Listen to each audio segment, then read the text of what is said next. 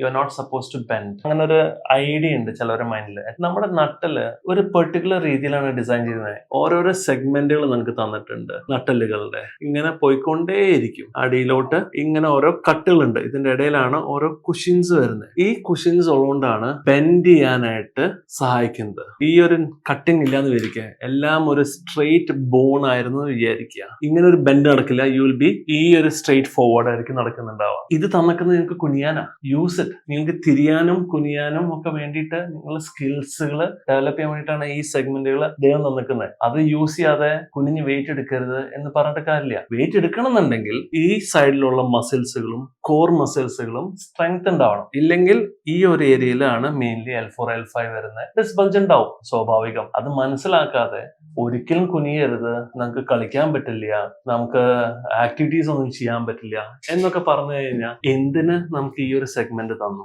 എന്തിന് ഈ ഒരു ഗിഫ്റ്റ് നമുക്ക് തന്നു? നമ്മളത് അവോയ്ഡ് ചെയ്യല്ലേ. So B smart.